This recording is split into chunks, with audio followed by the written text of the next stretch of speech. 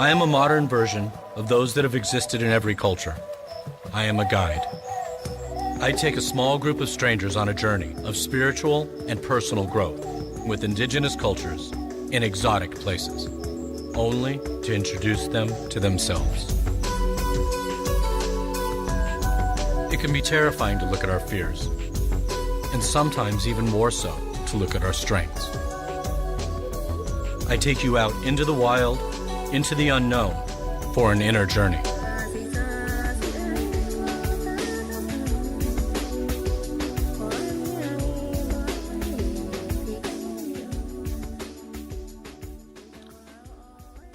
Welcome. This is Inner Journey, and I'm your host, Greg Friedman. Sex, relationships, dream interpretation, or personal growth. We help by taking the wisdom of indigenous elders and making it work for you here and now. I'm a modern version of that which has existed in every culture. I'm a guide, a life coach, a mentor.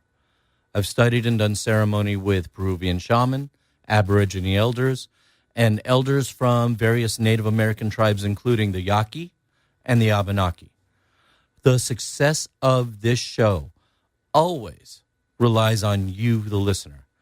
You guys call in at 949-715-KXFM. That's 949-715-5936. You call in. You don't even have to give your real name. We don't care. Doesn't matter what's been bugging you, what you're curious about, what you're interested in. Call in. Ask those questions.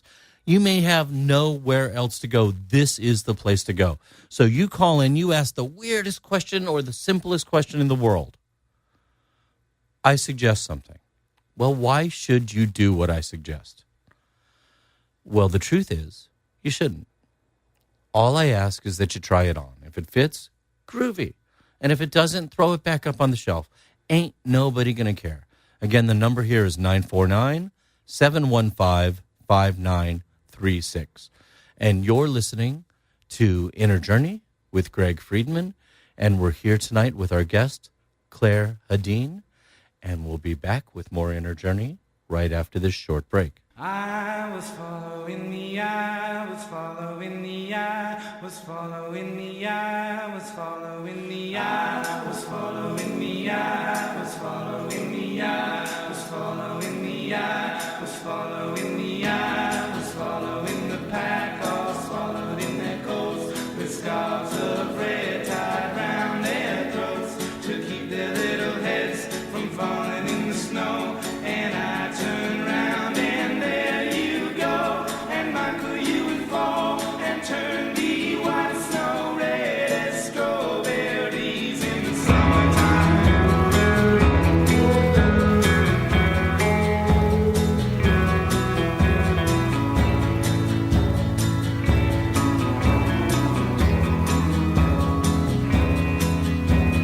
I was following the pack, all swallowed in their coats, with scarves of red tied round their throats, to keep their little heads from falling in the snow. And I turned round and there you go, and Michael, you would fall and turn the white snow red as strawberries in summertime.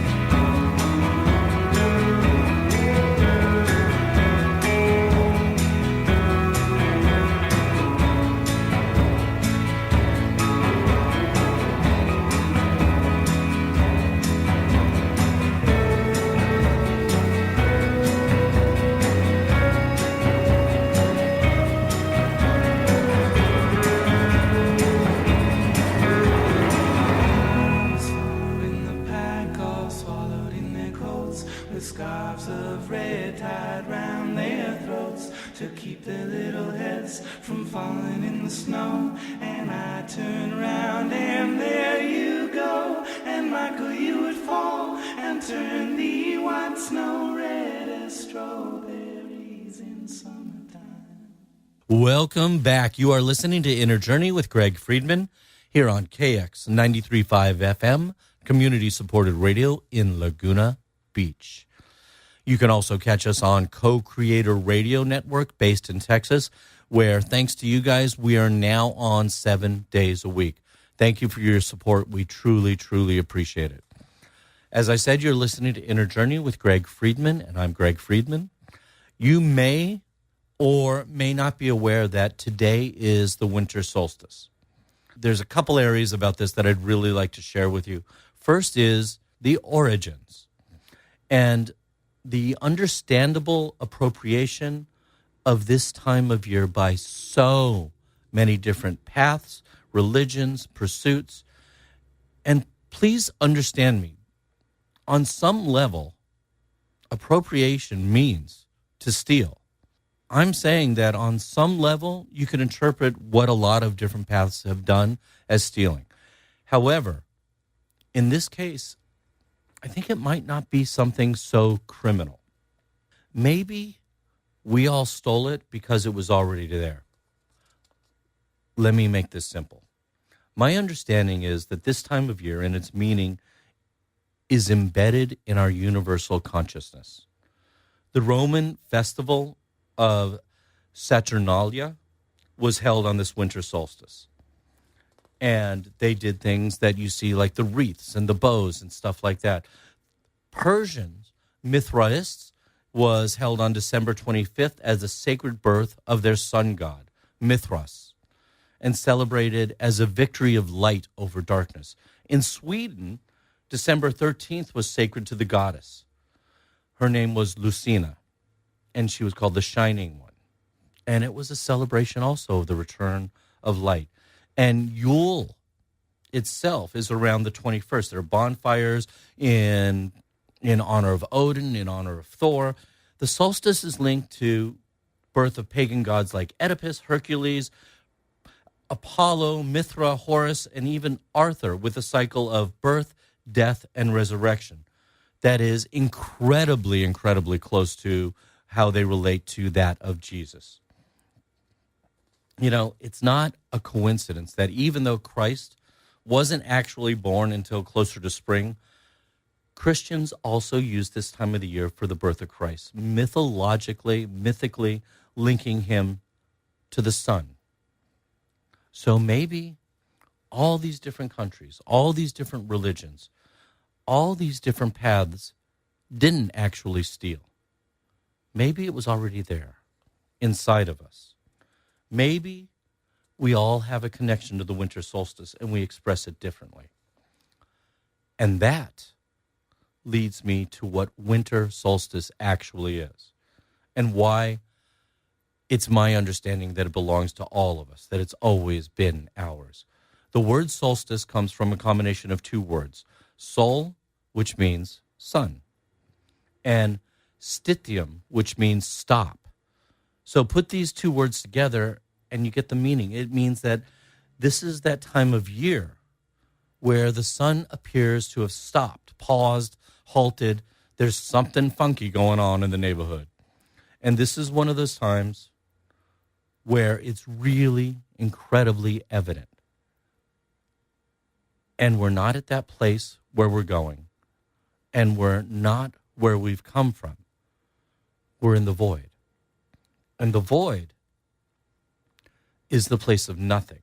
And therefore, the possibility of everything and anything.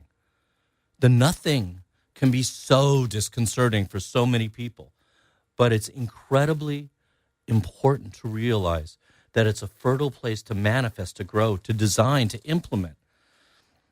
It is the seed time of year, the longest night, the shortest day, where the goddess once again becomes the great mother and gives birth to a new sun king. The Anglo-Saxon word for winter solstice is lul, which is more commonly known as Yule. And what that means is wheel. And it talks about the turning of wheel, the turning of the earth, the wheel of the zodiac, the wheel of life, the circle of life. And more specifically, the cycle of birth, death, and rebirth. And this moment, this day, in particular can be a powerful moment of magic, drawing in what you'd like to see happen in this new year. The creative process, which gives birth to the universe, also gives birth to the spiritual within each of us. This is the time to go by choice into the nothing that is created by this short day, to go into our void and to design, to awaken, to realize, to make real the life of our choosing. Opportunities like this come up, and it's our choice, it's our volition to either take advantage of them or to be blown around sort of like a leaf in the wind by them. You decide. As everything I do, it always comes back down to your choice. Do you want to wake up? Do you want to participate? It's up to you. You're listening to Inner Journey with Greg Friedman, and we'll be back right after this short break. Inner Journey, guiding you on an adventure of spiritual and personal growth, helping you realize and make real the life of your choosing.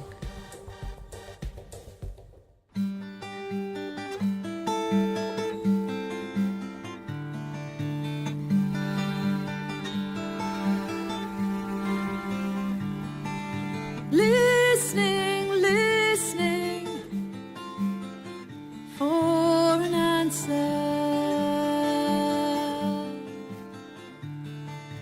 Listening for a sign.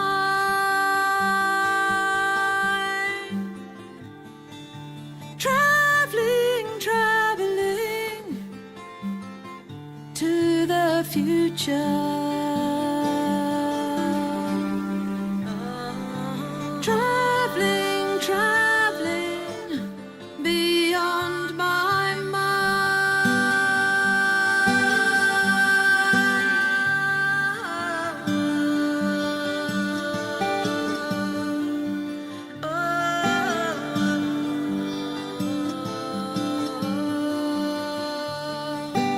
Talking with the angels.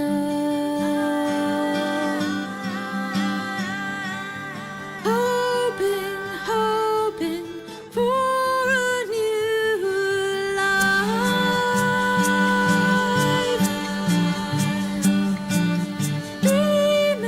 Dreaming of satisfaction.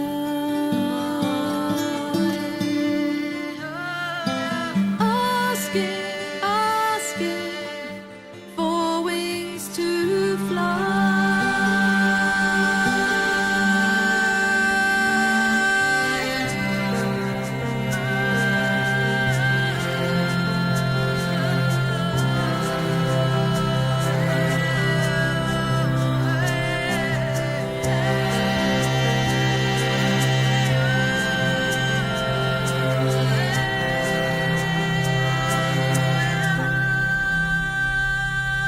Letting go of all the anger.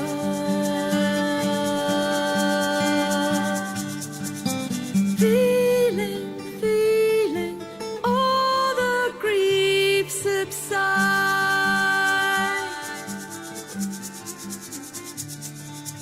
Healing a sense of sadness.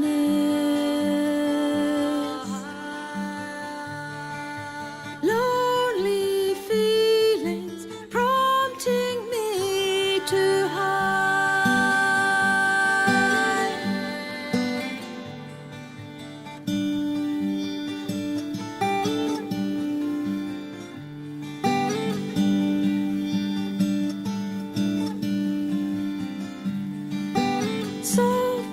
Softly, I feel my breathing.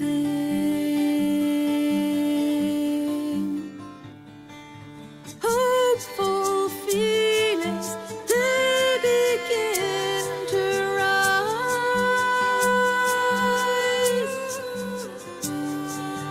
Freedom, it's in my Freedom,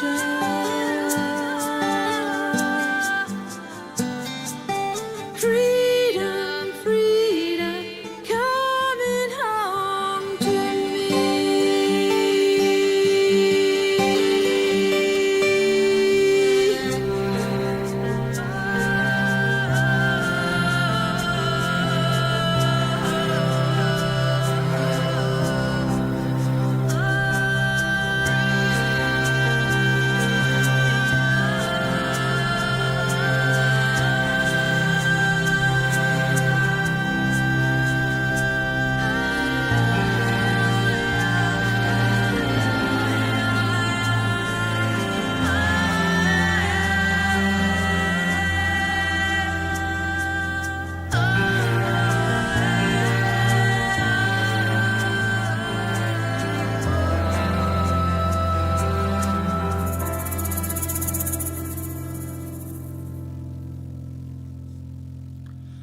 Welcome back. You're listening to Inner Journey with Greg Friedman here on KX 93.5 FM, community-supported radio in Laguna Beach. You can also catch us on Facebook at Inner Journey with Greg Friedman, and if you want to find out more about life coaching, go to gregfriedman.com. That song that you just heard was called Dreaming with Wings, and that gorgeous voice belongs to Clare Hedin. And oddly enough, I have the great pleasure of looking at Clare Hedin right this second because she's our guest this evening.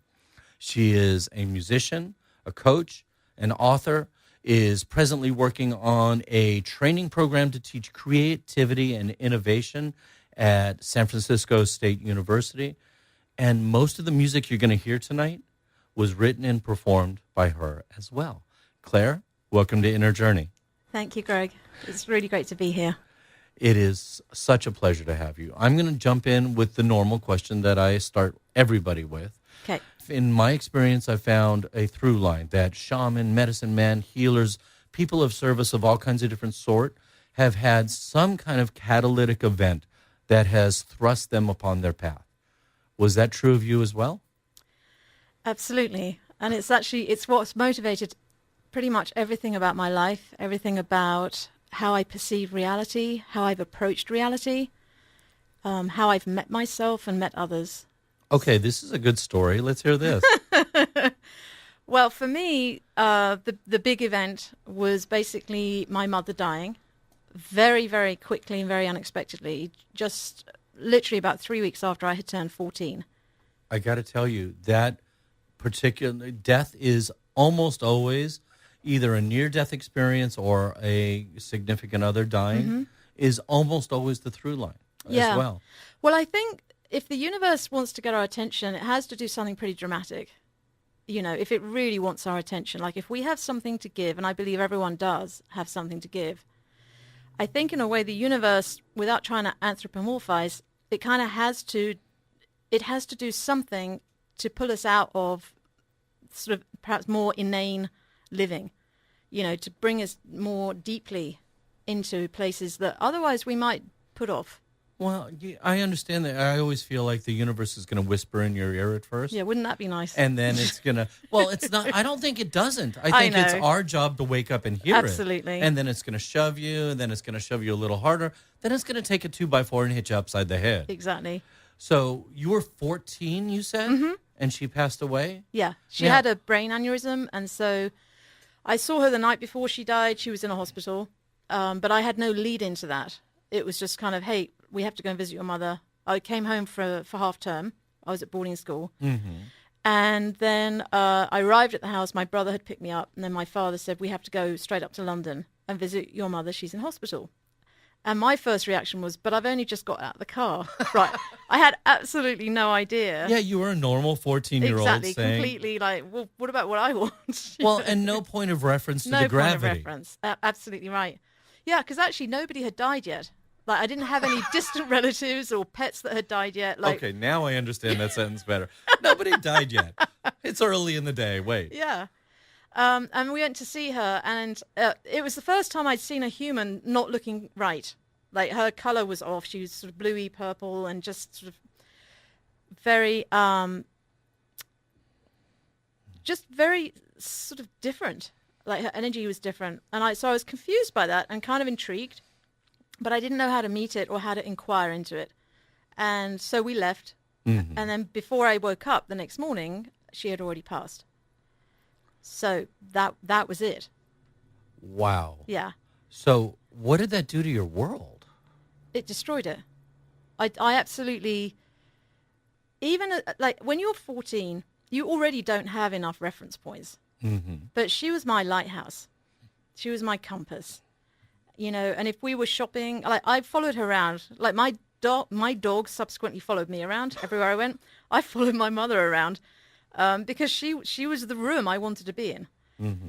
And so when she left or died, I did not know how to process that at all. And as a family, we didn't really know how to process it either. So we did our best. We bonded together, and our father was sort of the old-fashioned. It was an old-fashioned marriage. They were elder parents, really. Mm-hmm. They had me. I was the youngest of 4 kids. Am still the youngest of 4 kids. And so we pulled together to try and make reality seem normal. But, you know, you can imagine like that first Christmas, the photographs of us all sitting looking really sad, but not maybe realizing it at the time. But you look back and you can tell. It's like that, you know. You're wearing a shroud. Yeah, definitely. Yeah. And it took me a while to find ways in. It took me a while to want to find ways in, actually, because I didn't realize how outside of myself I was. So I was just going through the functionality of my life, right, which is easy to do, but then behaving in sort of strange ways. Like I'd suddenly leave the house early in the morning and get on a train and just go somewhere. And I'd call my dad from the train station, you know, and just say, Dad, I'm really sorry. I don't know what I'm doing, but I just have to be moving. I can't be here right now. I understand that feeling. Yeah. But it's confusing because then as a caretaker kind of personality, then I was like, oh, well, is that fair on Dad? But I couldn't explain it even to myself. So a lot of that time, and then I think this is where creative energy comes into play, because my sense of creative energy is that it will find its way. And if it's not being used for the positive, it will wreak a certain kind of havoc in your life. Like if you don't own yourself, until you own yourself, you're kind of at the mercy of the chaotic element of the creative process. Interesting.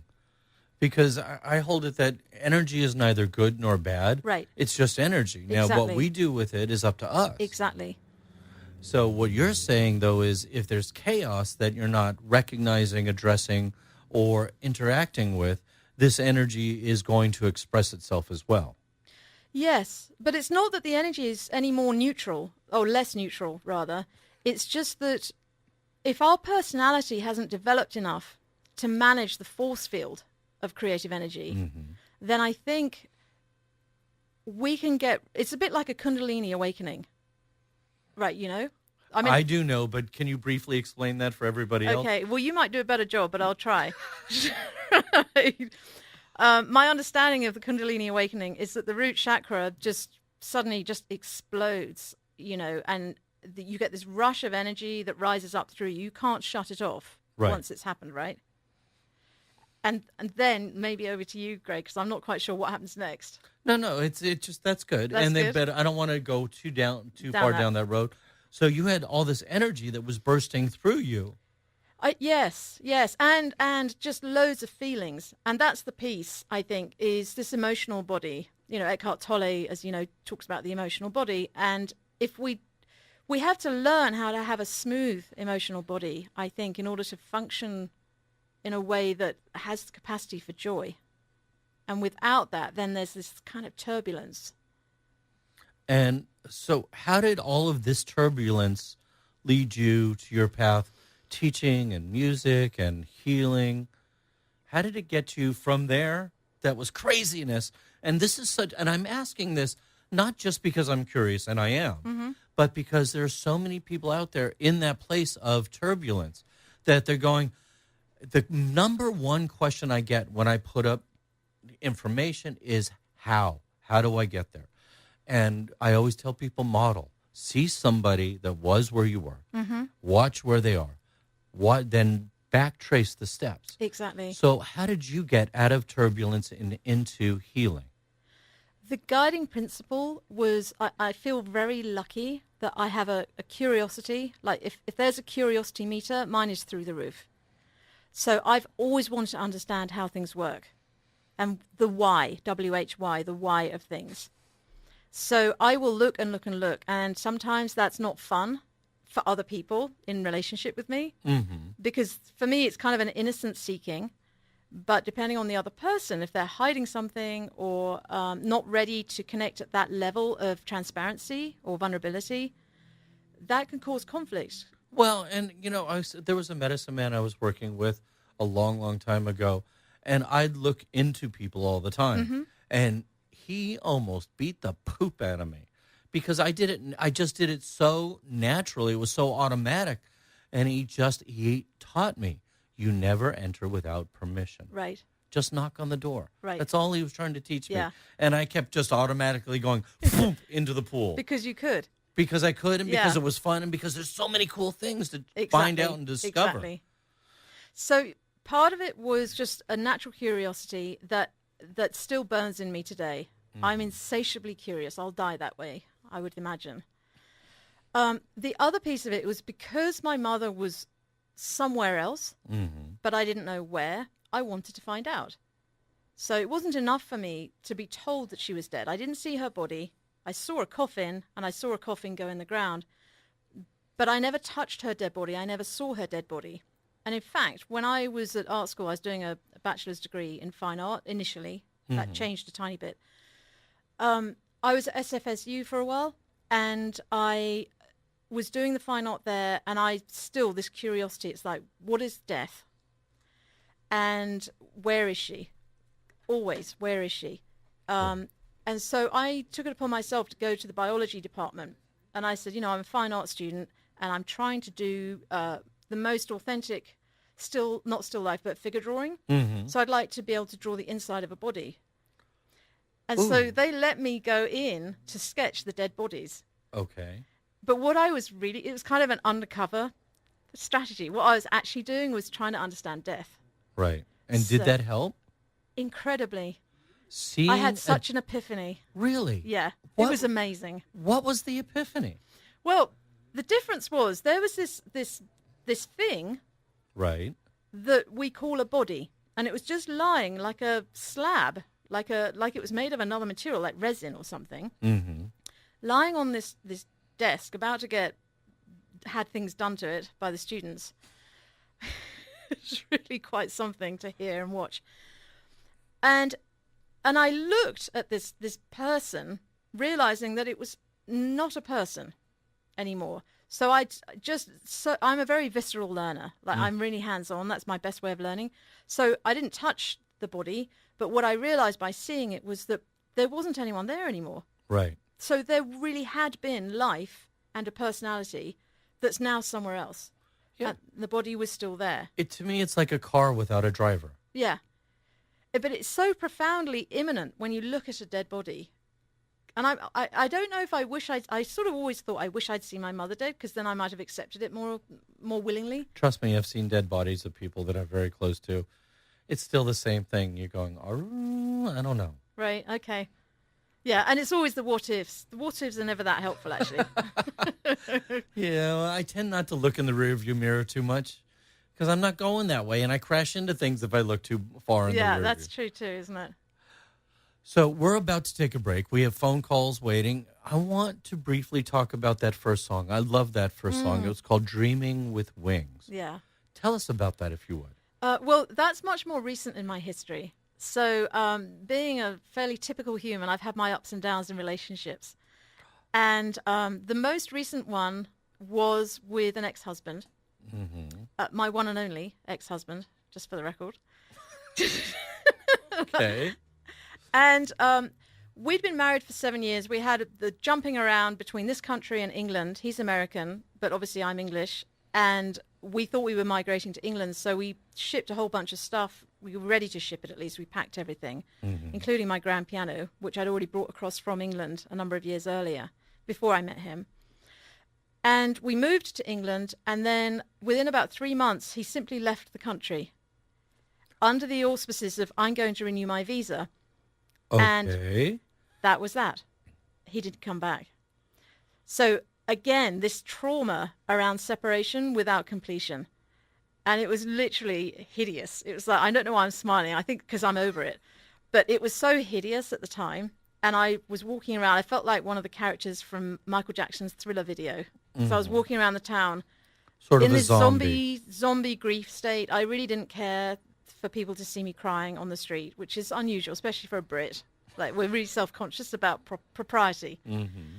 But anyway, fast forwarding, then about 3 years ago, I was renting a room down here in LA from the Bay Area where I normally live, and exploring musical career options down here. And I was sitting in the garden. Luckily, this place is in Venice, and it had this huge front garden with great big trees. And I was sitting under one of the trees, and I started writing this song, and Dreaming with Wings. And this guy walked out of the house. He was another tenant, and he was like, "That's a really beautiful song." I said, "Thank you." And he said, "I wish you every joy with that song. I wish for you that this song brings you everything you want in your life, like in your career." And it was so generous of him to say that. And so it really struck a chord. And off he went. And I'm not sure if it was just a bit later on that same day, I realized that I was writing that song on the legal day, the actual day, and it was a Sunday, that my separation completed. Oof. Yeah, the divorce, I should say, not the separation. And the song itself is all about the future. So Dreaming with Wings, it's about freedom is my right, freedom is my nature. And it was a very positive song about a happy future. So realizing all of that stuff together, I was like, I just love that. And I love that we started with that tonight on this day, winter solstice. It's so apropos. The next song we're going to play is called I See You. Oh. And we'll hear about it when we come back from this break.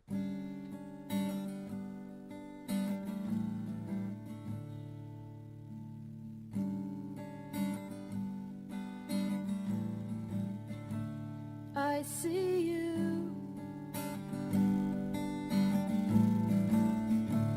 I see you. I see you sitting on your seat on the side of the street. I see you.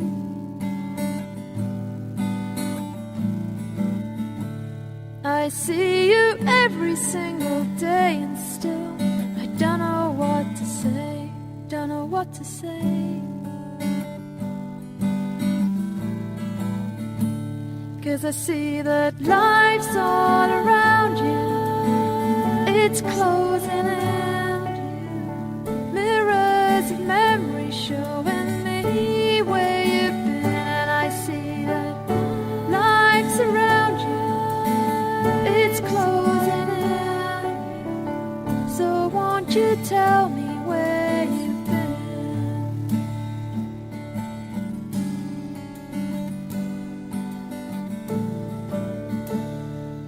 I know. And sometimes I walk across the other street and I feel so embarrassed, so indiscreet. And sometimes I wonder if things were reversed, would the feelings be the same, better or worse? And then I see that life's all around me, it's closing in, mirrors of memory showing you where I've been. And I see that life's around me, it's closing in. So won't you tell me where I've been?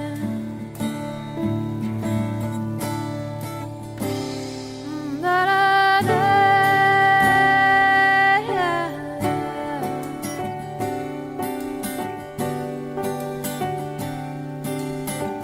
It doesn't matter where you've been, doesn't matter where you've been. It doesn't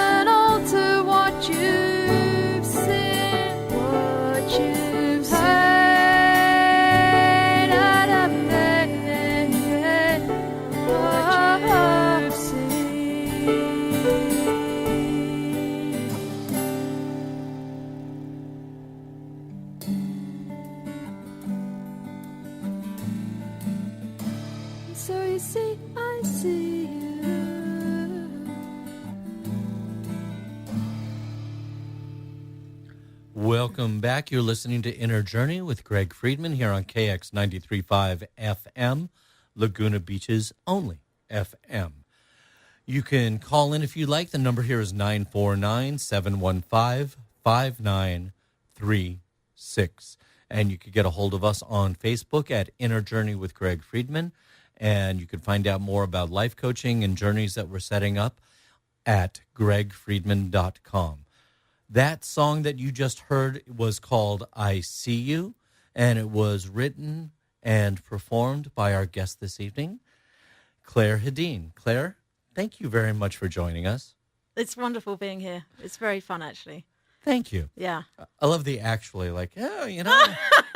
That's just a way of speaking. Tell us about that song. What does I See You mean to you? Okay, well, there's two different questions in there, because there's the story of the song and then there's the actual concept of seeing one another.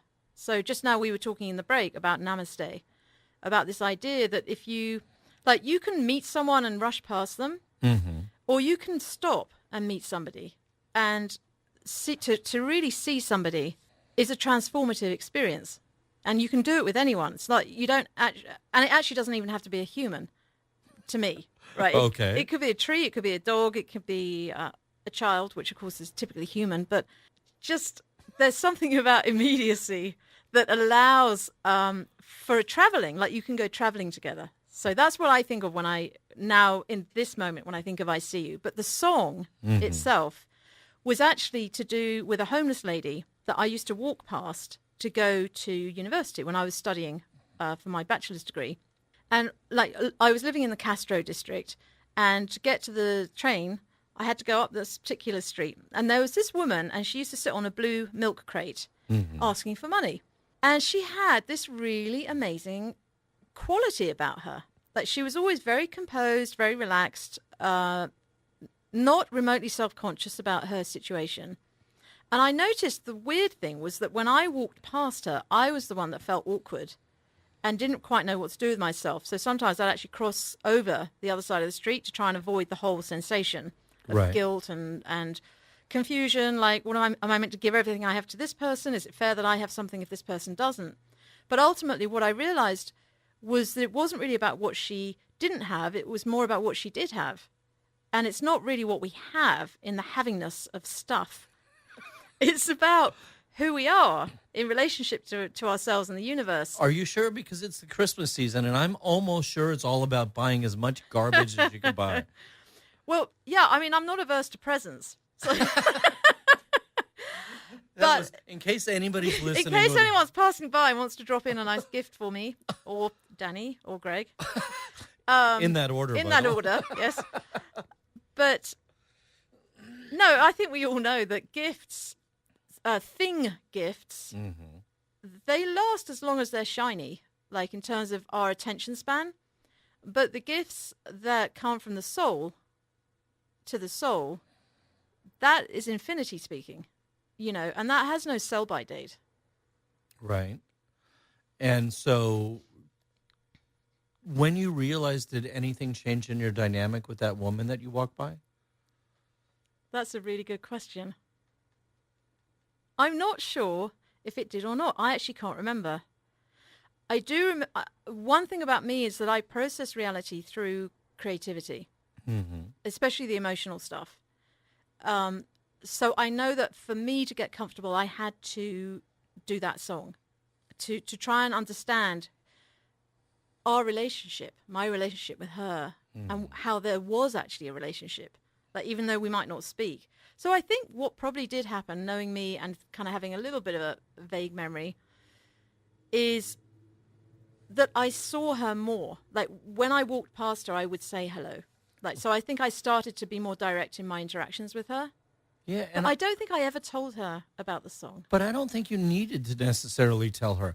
What I'm hearing you say, by starting with our conversation at the break about namaste, and I see you, is in fact that this song is a tale about your journey into seeing her.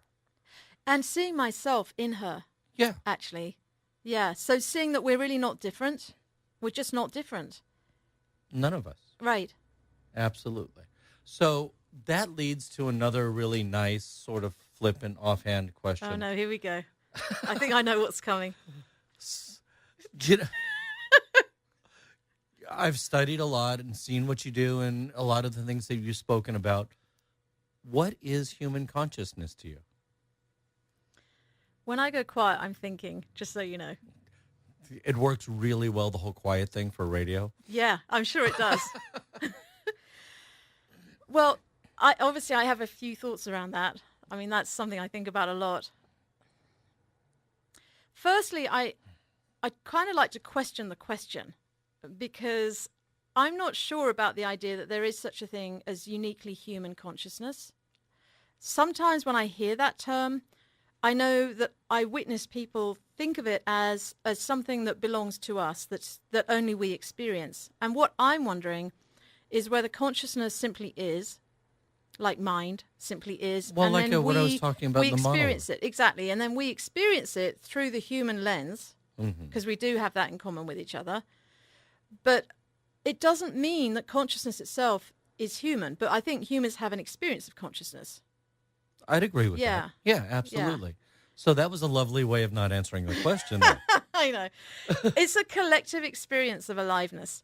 So I could get like intellectual about it, because I have that answer that I inherited from one of my instructors, which is that consciousness breaks down to psychology and philosophy. I care about your answer, not their answer. Exactly. I mean, but it's quite a helpful container to kind of get your head around something that's really big.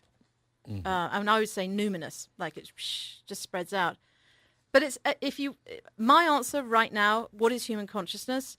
It's the connecting energy that binds us together and allows for the arising of meaning.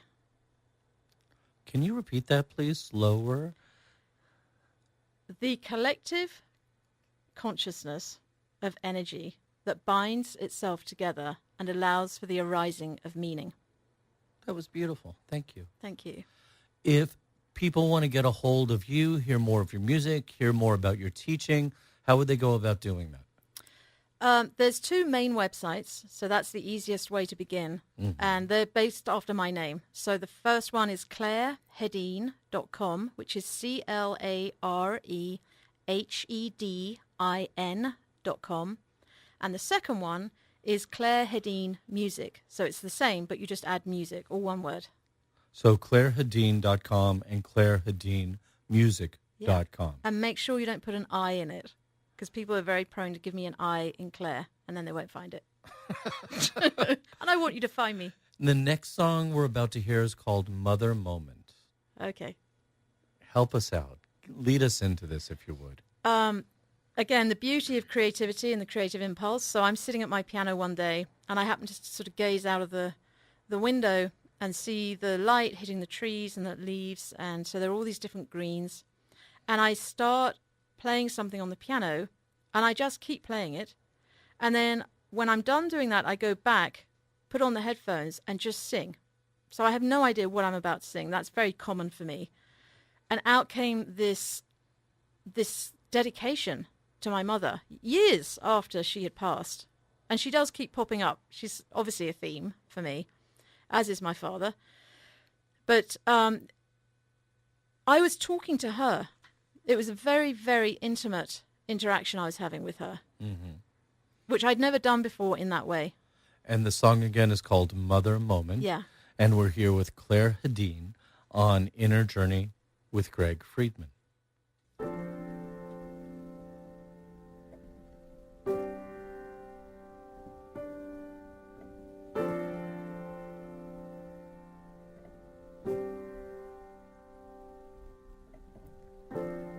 I'd like to thank you.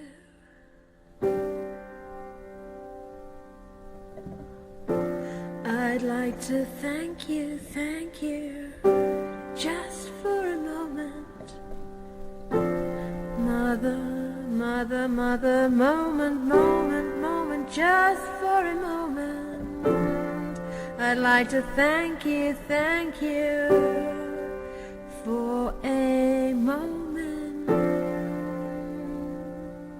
Mother, just for a moment, just for a moment, just for a moment. Mother, thank thank you, thank you, thank you. Just for a moment, I'd like to thank you, thank you, thank you. Just for a moment.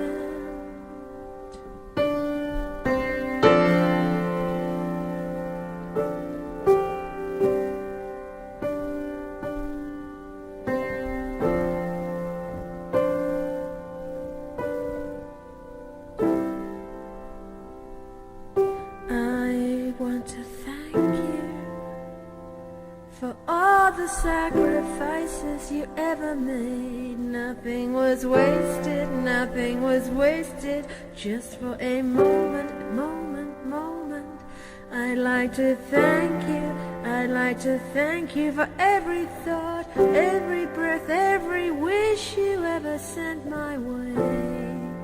You gave me life, you gave me despair and hope and everything in between.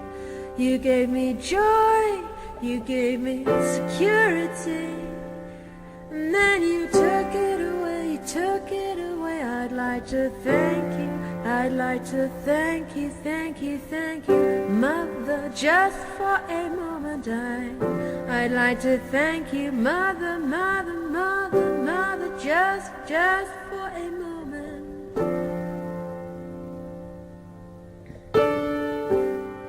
You gave me everything you ever could. You gave me everything, everything, everything. You taught me life's lessons well. You taught me life's lessons early, so early, early, so early. My mother, I'd like to thank you. I'd like to thank you for loving me, for feeding me, for caring. I'd like to thank you for caring, for seeing me, for saving me. I'd like to thank you, Mother, Mother dear. I'd like to thank you, I'd like to thank you, just for a moment, just for a moment, moment, moment, Mother, moment, just for a moment, Mother. I would like to thank you, I would like to say that nothing was wasted, nothing was lost. Everything you ever wanted, everything, everything is carried on, is carried on. You're in my memory, Mary, you're in my memory, Mother, Mother, just for a moment. You are always, always just for it, just Mother, Mother dear. I want to thank you. I'd like to thank you for this moment, for this moment, for this moment. I would like to thank you.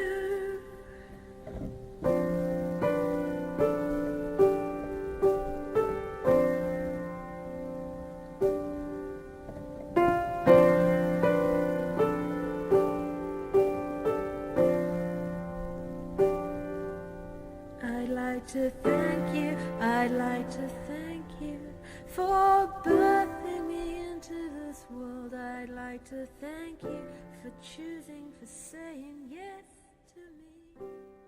And welcome back. You're listening to Inner Journey with Greg Friedman here on KX 93.5 FM, community-supported radio in Laguna Beach.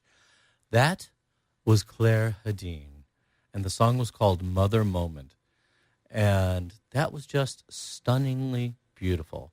Can you talk about the main two words in that song?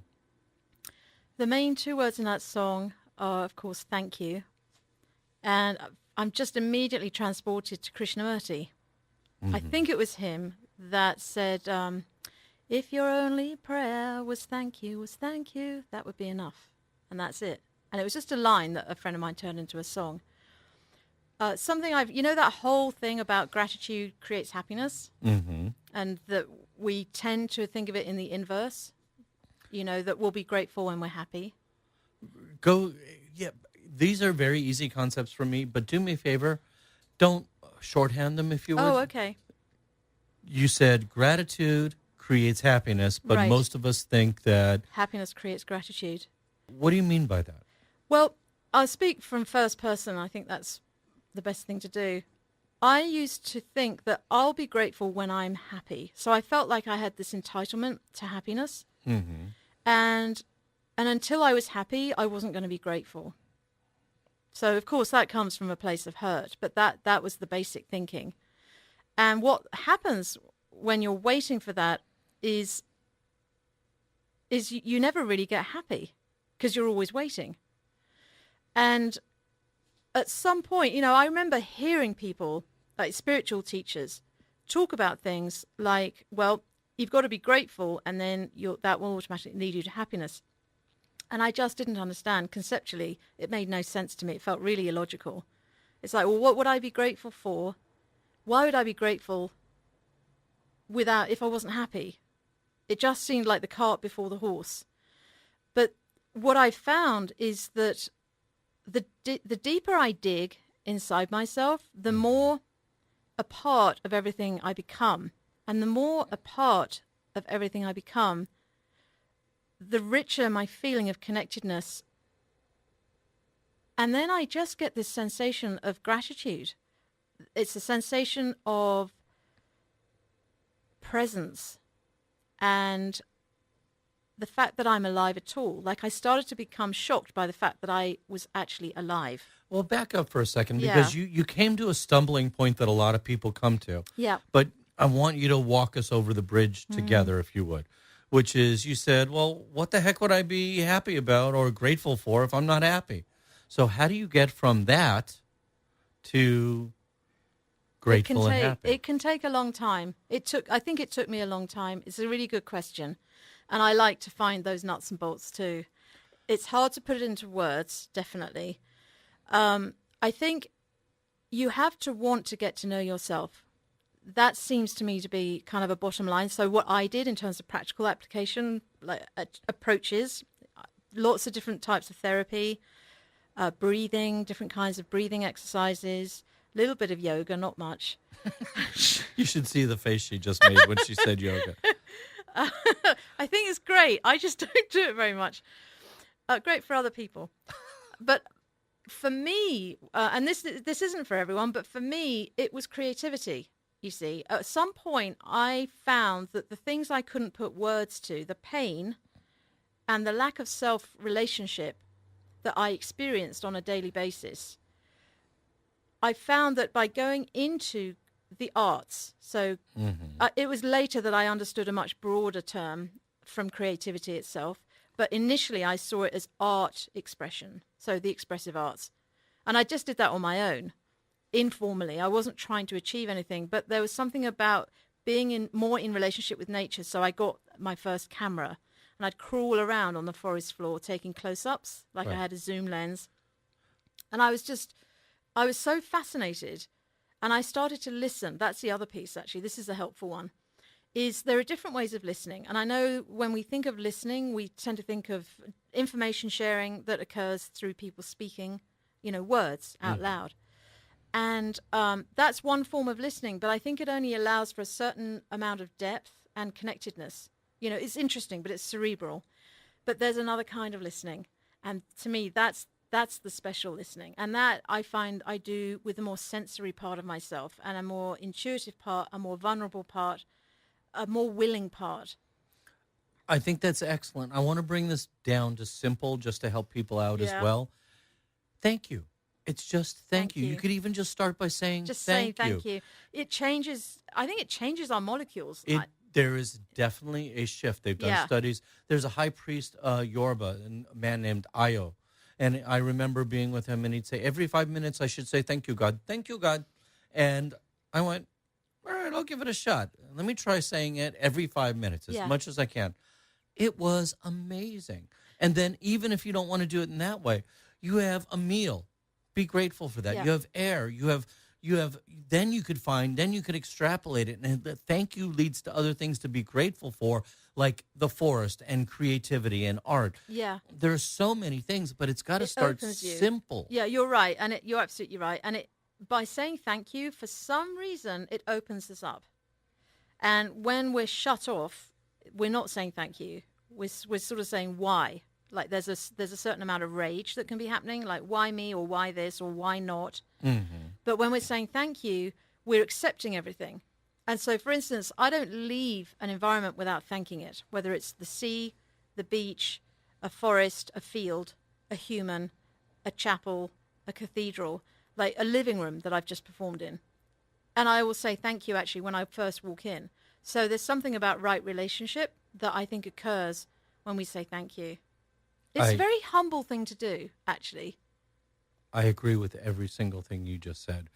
Believe it or not, we've blown through an entire hour, like in the blink of an eye. Exactly. I was about to say that. We are going to be back with more Clare Hedin and Inner Journey right when we come back from this break. Inner Journey with Greg Friedman, helping you realize and make real the life of your choosing. I am a modern version of those that have existed in every culture. I am a guide.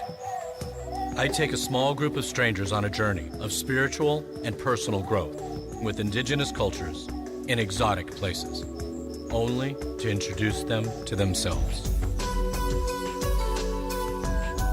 It can be terrifying to look at our fears, and sometimes even more so to look at our strengths. I take you out into the wild, into the unknown, for an inner journey.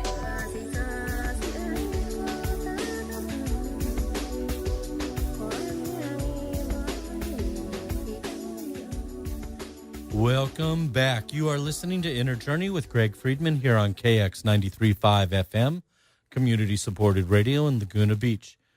Tonight, we are hanging with Clare Hedin, and in just a moment, we are going to have the extreme pleasure of her performing live for us.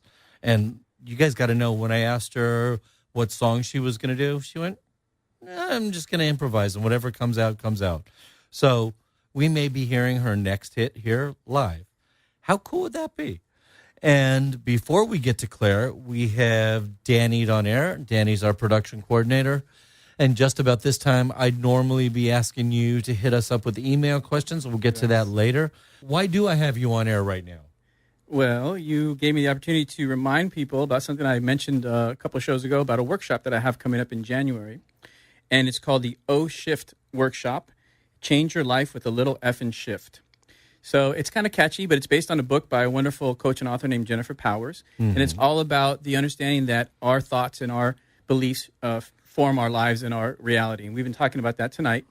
This workshop is a 3-week, 6-part teleclass. So you can take it from anywhere. So wait, I don't have to go to you and take the class? Absolutely not. You can be anywhere in the world. We're going to do it over the phone twice a week for 3 weeks, 6 modules.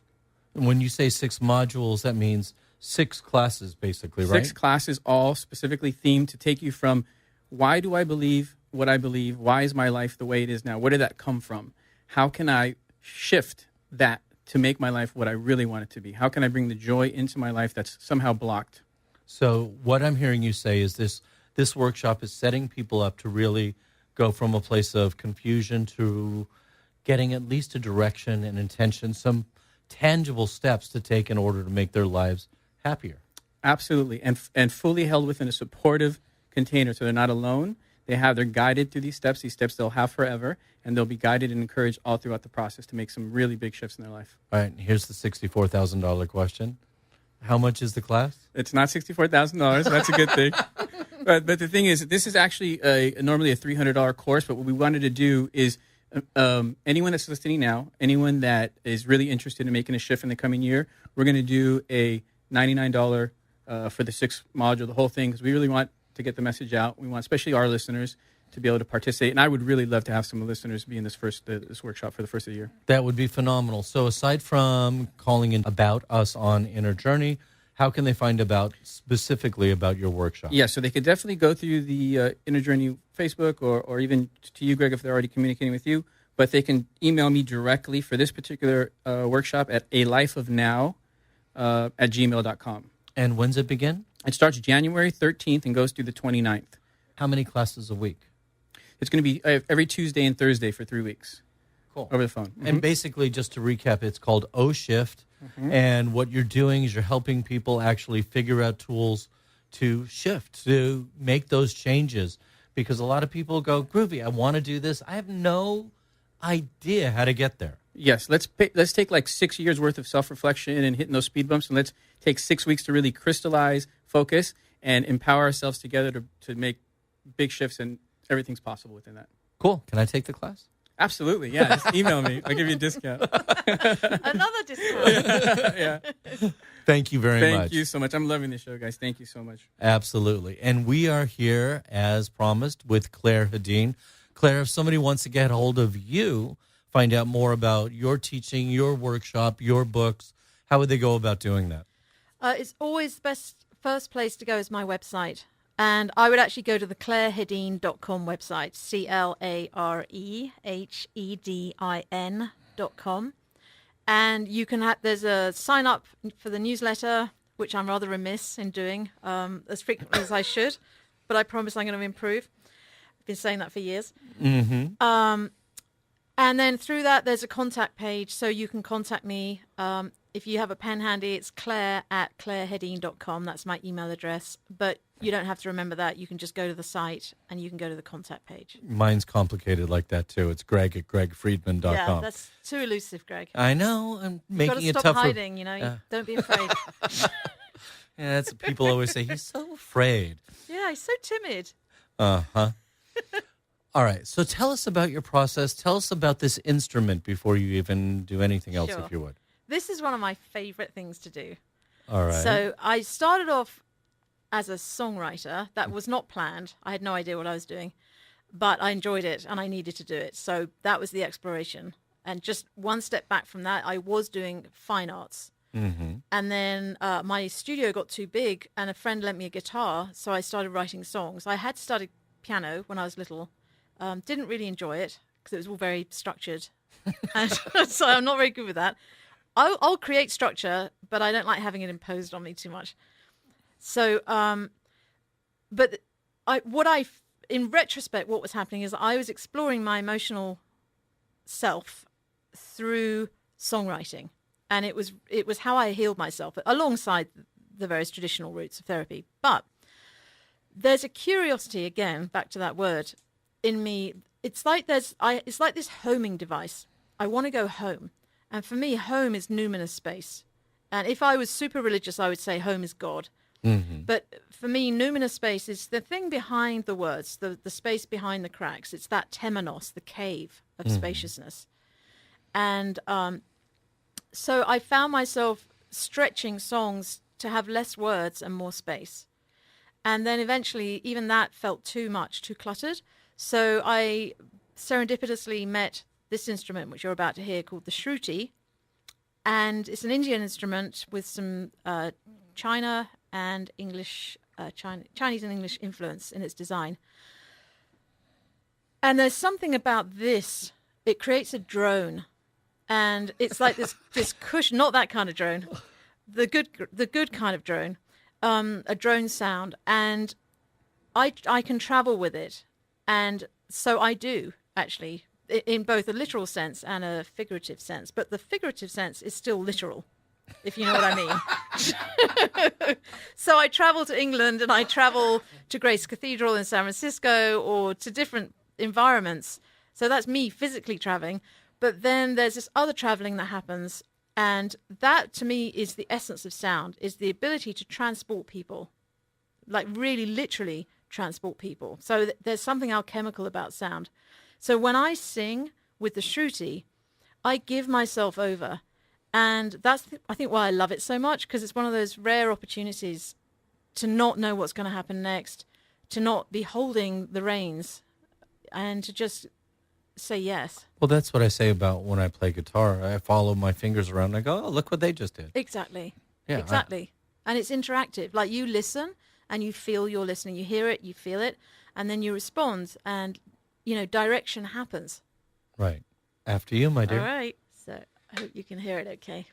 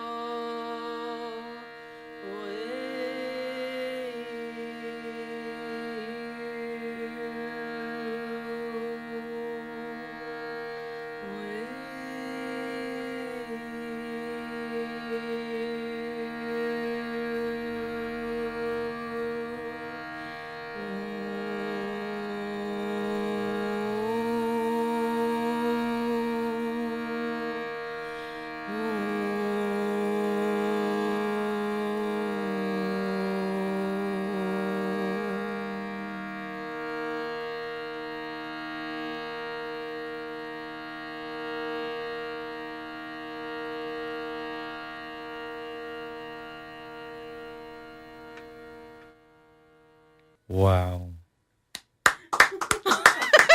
Thank you. There's only a few of us in the room. Otherwise, the applause would have been much, much louder. That was absolutely stunning.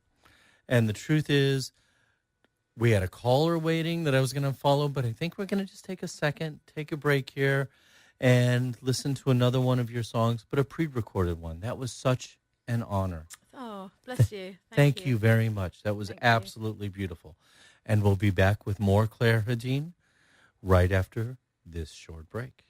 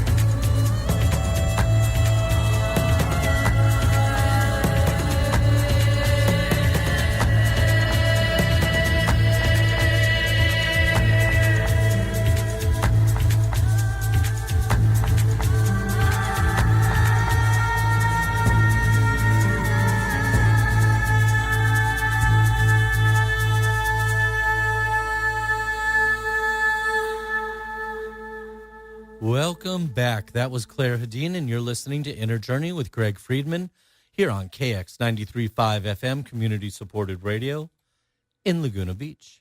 You can also catch us on Co-Creator Radio Network, where, because of your support, we are on 7 days a week.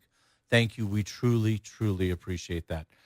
As I said, we are here with Clare Hedin, and if you missed the last segment, you missed out big. Luckily, there's a podcast you can listen to, but what we just had was Clare perform live in studio for us. Clare, what was that instrument? Oh, it's a shruti, S-H-R-U-T-I. A shruti. Yeah. And that was absolutely gorgeous, and it was completely improv. Nothing was set, and it was, ethereal's not even the right word. It was transformative. It was absolutely beautiful. Thank you. Your website, if people want to get a hold of you, is? ClareHedin.com, ClareHedin.com, and you can also go to ClareHedinMusic.com. That's all one word. And they go to your website. What are some of the things they're going to discover there? Well, the reason there are two sites is because there's a lot to say and there's a lot to listen to. So the main site, Clare Hedin, I think of that as the main site.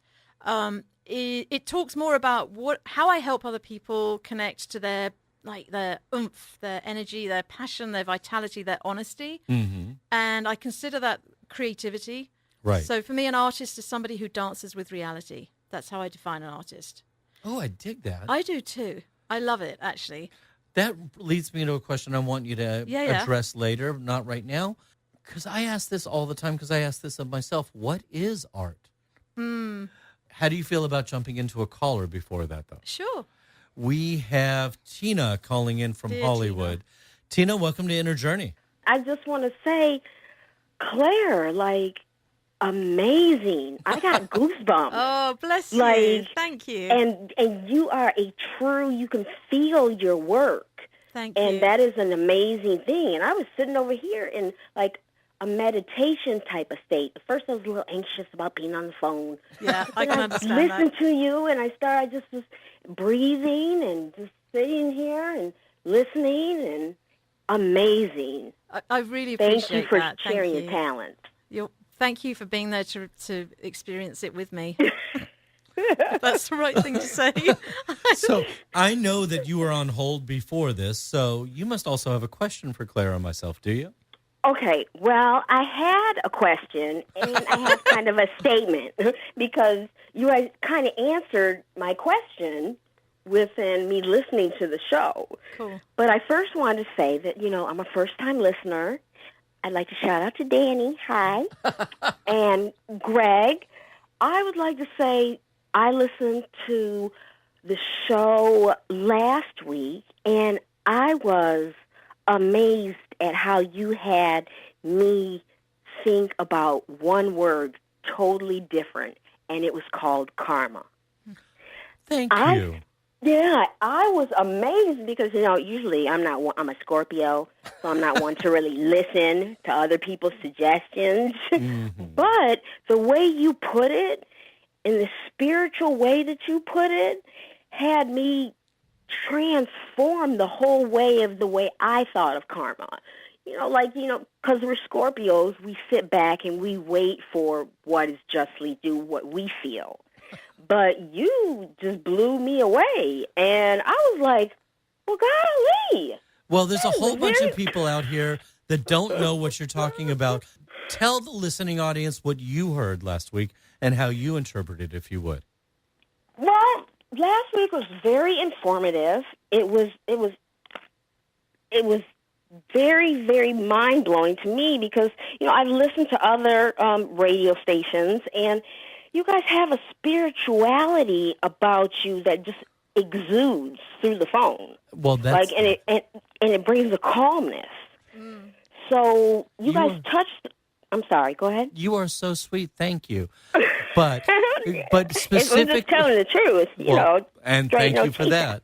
But specifically, talk about your understanding of karma, if you would. Okay, my understanding of karma is kind of like, somebody has done you wrong, and you not getting back in a way that is destructive to you, but you let the universe handle them in their way. But you turned it around for me because you made it clear that I'm only harming myself by holding on to that karma.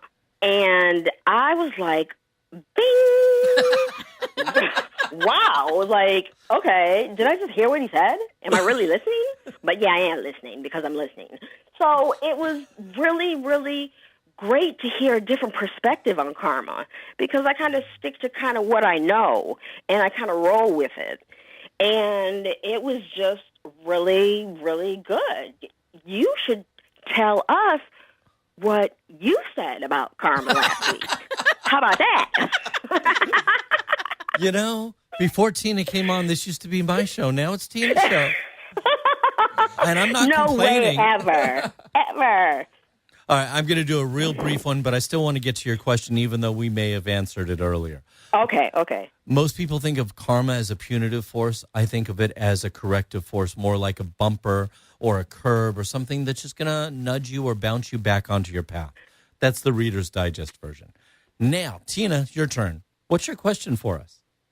Well, my question is, I'm a real spiritual person, and I try and stay one with the earth. I stay prayed up, and I keep coming into obstacles that I can't seem to get over. I hold on to the past.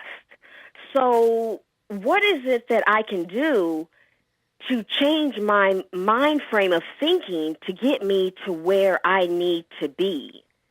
Because I already think I'm on that path because I feel like everyone in this world has a purpose in life, and you have to find your own purpose. And things have happened that have knocked me kind of back, and now I'm rethinking, hey, well, was that my purpose? And I don't want to be. I'm not a negative person. I'm optimistic, and I want to stay that way. But I'm starting to turn into little negative Nancy. So can you kind of give me a different view on how to, deal with just life's obstacles and trying to get over them in a positive way? I'm going to tell you what. I'm going to let Claire answer first, and then I'm going to chime in I afterwards. like that idea. Yay, Like that Claire! A woman's perspective. I love it. Yes. So here's what I do, and I find it helpful, and other people have found it helpful too. Firstly, I believe that there's no accident in terms of what we're drawn towards doing. So that idea of a personal passion. I think in terms of the overall picture, just to help contextualize this, we're here to evolve our consciousness, each of us. And by doing that, we do it for the collective as well as for ourselves. And that's why we have a passion, because there's something that has to draw us forward, like a carrot, like to a place that we think we want to go. And because it's also about the evolution of consciousness, like refining it. Like if you imagine you were cooking something. Do you bake, by the way? I burn water. You burn water, okay. Well, then I won't go there. But there's please don't. things that you can do when you're cooking that make something finer and finer and finer until there's no lumps Like honing in it. your craft. Exactly. Okay. And it's a way of listening. So the things to do is like when you start bumping into obstacles, one you've already mentioned, and that's always a good idea, is to check in on the dream. Like, is this still the right dream for me? Or am I trying to live a dream that no longer fits? Because as you change, your dream will adapt a little or a lot. Absolutely. Right. So there's that piece. The other piece is that when you bump into things, the key thing to do is I think of it as virtual flags. So put a virtual flag by the thought that happens. So you mentioned that you kind of keep bumping into a theme, and that's really great because when you notice the theme, you can do something with it. You can create more of a relationship with it. So it's not necessarily that you're on the wrong dream track, but it might be that it's an opportunity for you to notice what the thinking is. And there's a spiritual teacher called Byron Katie. Have you met her work yet? No, I haven't, but I will surely write it down. It's Byron, Byron, and then Katie, Katie. Okay. And she does something called The Work. And it's a way of looking, like you're not going to show this to anyone else. So you can be as kind of angry and upset and childlike in the writing as you actually Absolutely. feel, right? So you write out a bunch of stuff, basically, about, it's like a stream of consciousness. In other words, you don't edit, you don't try and refine it, you don't make it look sophisticated, but you Right. respond from the emotional self and you write out stuff. And what you want to do is see if you notice a particular sentence that keeps popping up. And it could be something like, oh, this always happens to me. Just don't. See why I have no question? Because you know what I'm saying? You Right. hit every key point. Like, it's there. I feel you. Yes. Yes. Yeah. So you want to look for that. And when you find it, that's your entry point. That's the doorway. So you go in there and you look, because underneath that is a bigger belief system. And ultimately it boils down to, are you kind of in yes mode or in no mode? Are you closing off from the universe or are you opening up to it? Mm. And I'm going to hand it That's back to something Greg. to ponder. Yes, absolutely. Thank you. So I'm Thank going to answer your story because what I'm saying is not in contradiction. It's complementary to what Claire had said earlier. Mm-hmm. There was a healer that I used to work with a long time ago. Not work with, I've worked with in the past. And his whole shtick, his whole gig was about forgiveness. And I bring that up because somebody that is on the phone, I have a feeling, struggles with forgiveness a great deal. And so I'm working with him and I'm going, all right, look, there's a part of me hears that and I go, all right, I get it, but it's still not quite resonating. So I do what I always do. I started digging down and going into the rabbit hole. And I researched the etymology, the source, what that word means in its origins. And I found one definition, and it was Gaelic.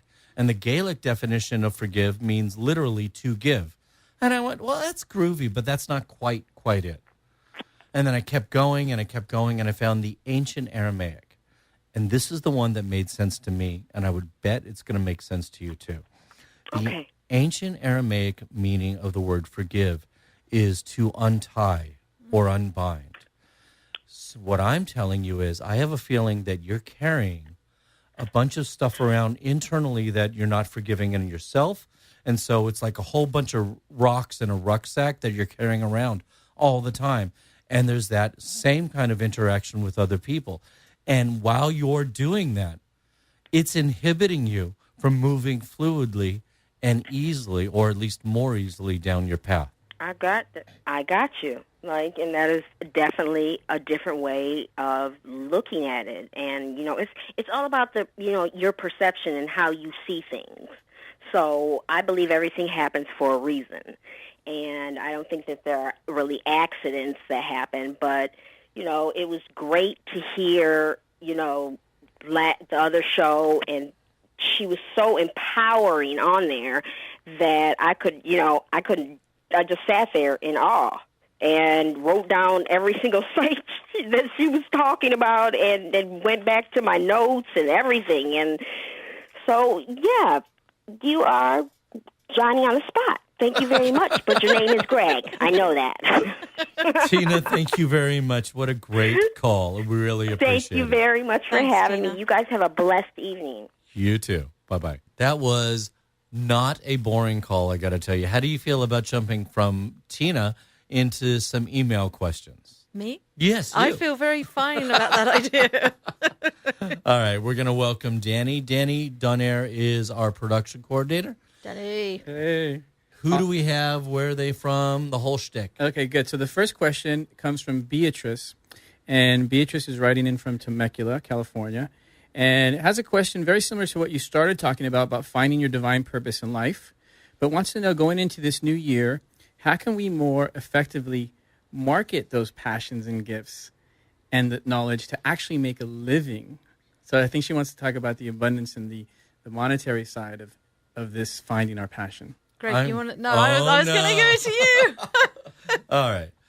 It's that the truth is it's a combination, and so often we're looking for miracles as these grand, huge things to hit us over the head. And miracles happen in these tiny little ways, and our job is to open our eyes up, and then the path becomes evident, and it doesn't exclude us from hard work. It doesn't exclude us from hardship along the way, but it helps us recognize oh, if I love doing this, then the next question is, how do I turn that passion into something that I could do, make a living, not just live with, but also make a living with? And the more you ask those kind of questions, the more the path becomes evident. Not ideal and not straight and direct, all crooked and windy and sometimes backwards and sometimes forward, but the path becomes much, much more evident. So what I would add to that from my chair is that that's actually work that I do with people. So I have a few clients and I love these relationships because they're usually people that have a vision for themselves. And sometimes it's not even like a specific vision, but it's a vision for how they want to feel in their lives. And I have the kind of mind that likes to sort of deconstruct things. So I work with people in very fun ways and imaginative ways to help them track more about how their passion relates to their personal evolution and how that then in turn relates to the evolution of the planet. In other words, how does what you love serve everyone else too? Beautiful. Danny, I think we're going to hold off until the next email question after this song. Claire, this song is called The Chosen One. What does mean to them? It means, oh, that's a lovely story. Every song seems to have most of them have lovely stories. Some of them have rather painful stories. But this one, for about 5 years, I used to go into the Oakland Children's Hospital. Mm-hmm. And they didn't have someone like me there. They had a music therapist, which is different, but I was a music healer. So I would go in and just intuitively choose different songs, visiting different children, usually with chronic situations, chronic illnesses. And I never knew what their context was because that was confidential. So sometimes the children were on their own. Sometimes they had a parent visiting or a family member or just the staff. And so there was this one girl called Jenny. And we don't know her last name, so that's fine to say Jenny. And there was something about her that when I went to visit her, and I actually had, on one occasion, I was wearing a whole gown with gloves and a mask and a hat, trying to play and sing guitar. And it's like, well, this is new. And what happened was that I started to create this song for her. And I was kind of excited. So when I went home, I finished the song. And I think either the next day or the day after I came back. And the interesting and warming thing for me was that I saw her and I'm like, hey, Jenny, I finished our song or your song. I wasn't quite sure what to call it from that perspective. And I don't tell myself what words to write. So I just listen. Again, this is the listening piece. I listen for the words and I know when they're right and I know when I need to keep looking. So it's sort of an unusual way of crafting that I do. So this song came out the way it came out. I played it for her. It just so happened that the hospital chaplain happened to be nearby, lovely lady. And I hadn't met her before, the chaplain. And she came up to me afterwards and she just said, you have no idea how appropriate, like, every word in that song was for this particular little girl. And I mean, that's sometimes, no money could give me the kind of pleasure that hearing that did. And the song again is called The Chosen One. Yeah. And we're here with Clare Hedin on Inner Journey with Greg Friedman.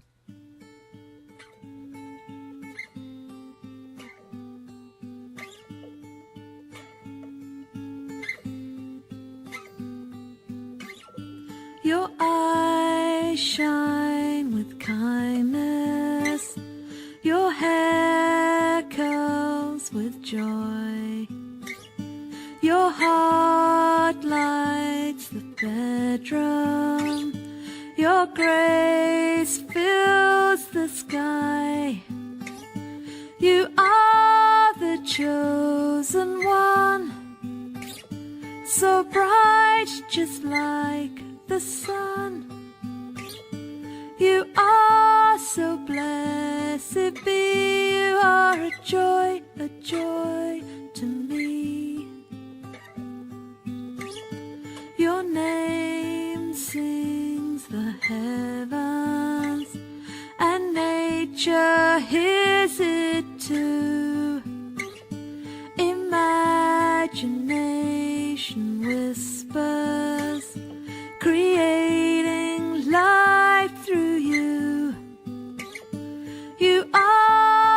chosen whisper, so bright, just like the sun. You fill my heart with gladness, you do for everyone.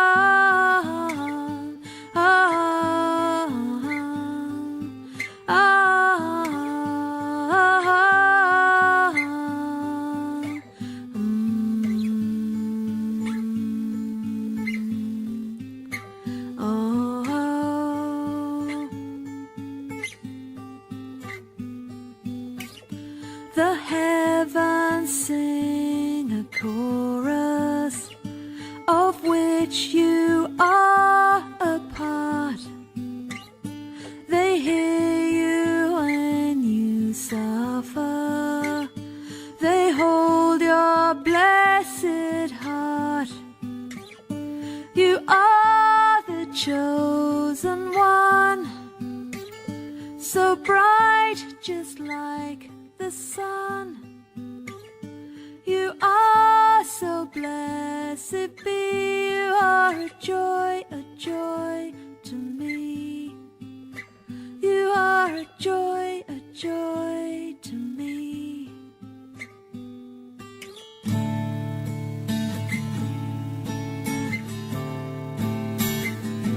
You are the one I love, so blessed be. You are the one I chose to be with me. You are the one I love with all my might. You are my joy, you're my delight. You are the one I love, that I adore. You are the one my life was created for. You are the one I love, so blessed be. You are a joy to me.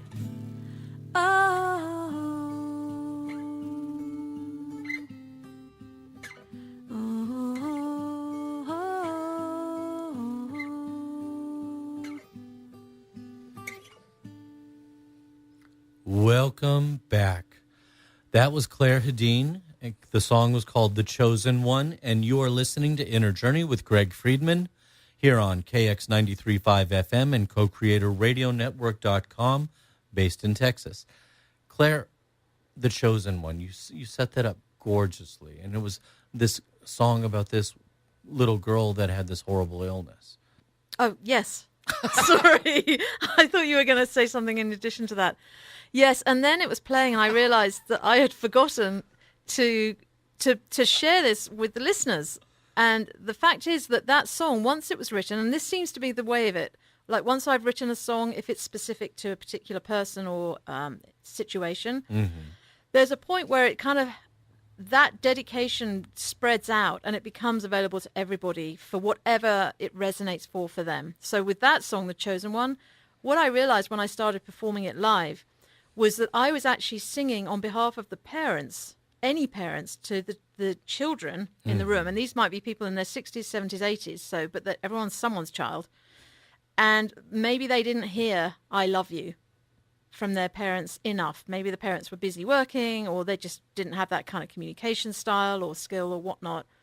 And so I realized that the song itself was about generating the affirmation of love for people, like in lieu of their parents having said it. So even if the parents were passed, and you should see the way people take that in, like when it's playing, when I play it, it's really lovely. And you know what? That seems like a natural progression into my next question, which is there's a term called dynamic emergence. Could you help us understand what those two words together mean? Yeah, I will do my best. I'm still working on it, but basically, because my focus is about creativity and consciousness and relationships, like those kind of main three things, what I have noticed over so much looking, feeling, and listening is that we seem to be different with different people. So like different vocabulary arises, different reference points, different metaphors, different ideas, different thinking, different impulses. Like it varies, and it varies depending on what land you're standing on, which room you're in, who you're with, what mood you're in. Like all sorts of stuff is influencing.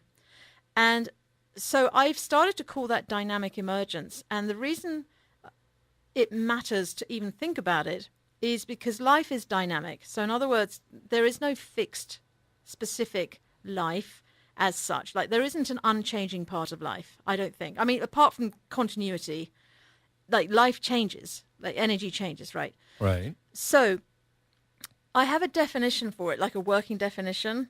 And it is the phenomena, dynamic emergence is the phenomena of novelty arising when two or more elements meet. So what do you mean by novelty arising? So what I mean by novelty arising is that there's a reason to be excited about being here. Because if you really namaste with somebody, let's turn that into a verb, what's happening is that you are being so present with each other that instead of knowing what's going to happen next, you listen for it. You start showing up in a way that is much more receptive, so it brings in the feminine aspect. So instead of like yanging our way through life in a sort of deterministic manner, we allow ourselves to be influenced by something which wishes to arise.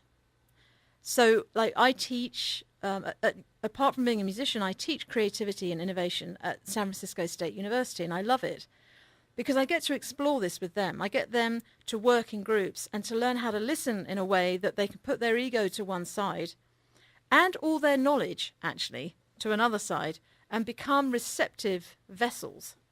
Because I feel like life is waiting to happen, and it sort of happens through form. It happens through us.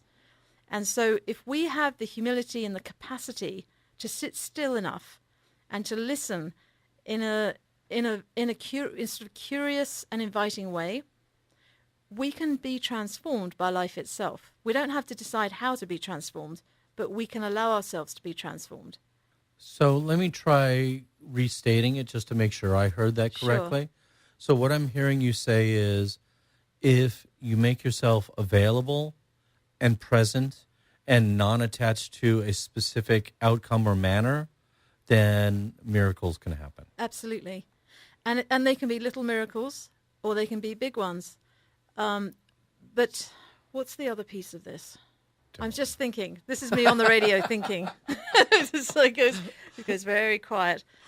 I guess I'm just thinking that people fight a lot. Not everyone fights all the time, but people fight a lot. And we fight because we think we're right. And we fight because we think that there's only one way to be right. And if I'm right in a particular way and you're not right in the same particular way, then you must be wrong or I must be wrong. And therefore it's worthy of some kind of a, fight. Conflict. A conflict. Yes. If, however, we realize that we're simply visiting within energy itself and energy arising, then we can start to just notice things rather than deciding things. And that doesn't mean you never make a decision about how to progress, but it means that you take a little bit more time to listen with humility before committing to an action. And then once you've committed to an action, if you still maintain that openness, you can keep being influenced. And if you believe in angels and spirit guides, that's their arena. That's where they get to come in and help. So it's got a lot to do with our intuition. Okay, so first of all, I don't often do things in terms of right and wrong. I think they're basically illusions. Right. However, using this terminology for the moment, Sure.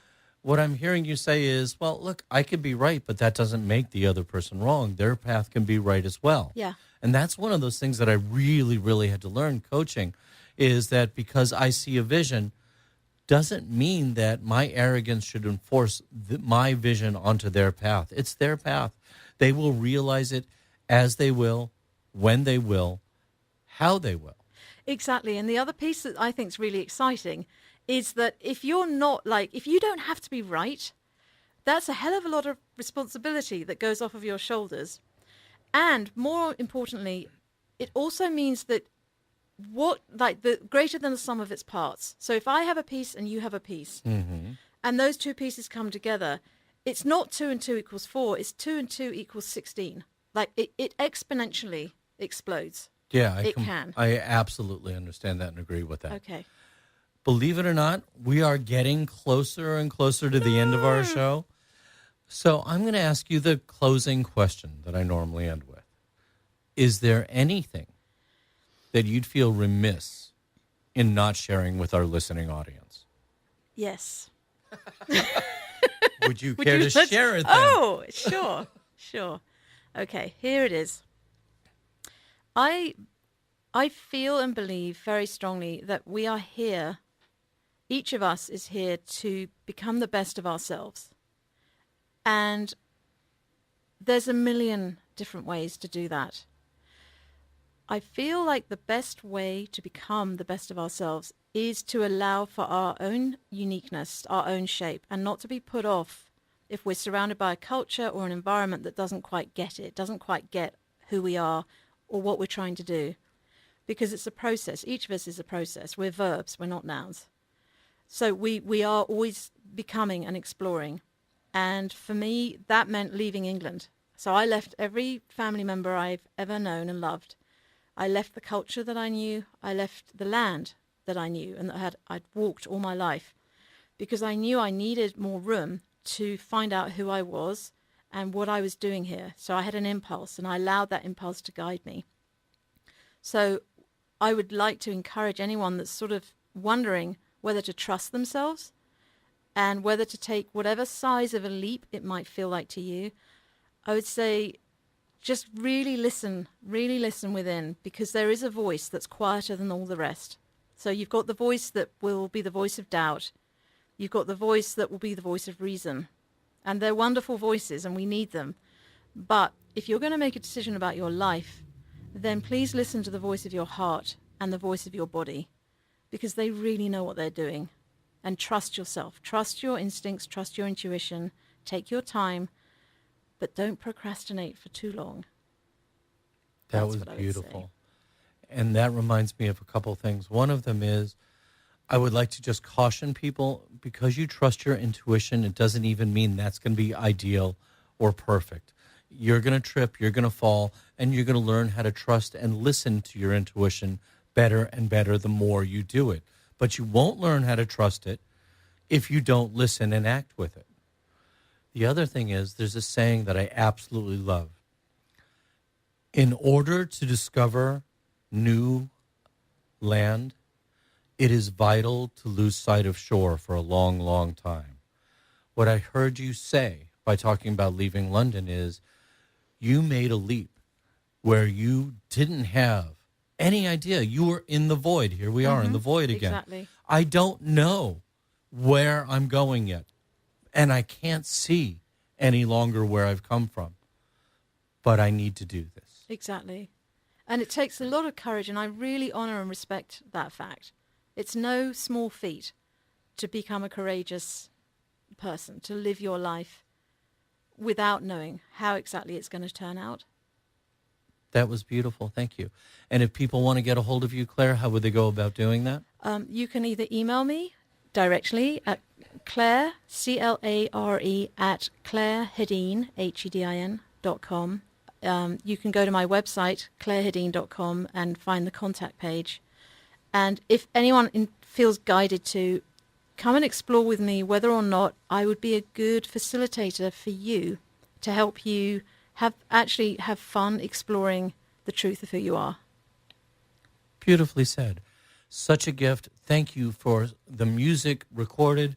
Thank you for the music improv and just sung through your heart. That was gorgeous. And thanks for your wisdom. Just I appreciate you. Thank you, Greg. You are quite welcome. We haven't been able to get to all of your email questions, and we're truly apologetic for that. And we absolutely will. If you've got more questions, please email us at greg@gregfriedman.com. Also, please check out and like our Facebook page. It's Inner Journey with Greg Friedman. I am, as always, incredibly fortunate to have Danny Donaire as our production coordinator. He is not only our production coordinator, he is also doing this workshop. You got to check it out. And He's an author. He's got a book called 7 Years in 7 Days, A Life of Now. It's excellent. Go to Facebook, find him. You'll be able to find out about all this stuff, or go to me, and I'll put you in contact with him. The book, again, is called 7 Years in 7 Days, A Life of Now. Donaire is spelled Donayre. As I've said a gazillion times, I am incredibly grateful and appreciative for your participation. For that and so much more. Thank you. You've been listening to Inner Journey with Greg Friedman. Good night.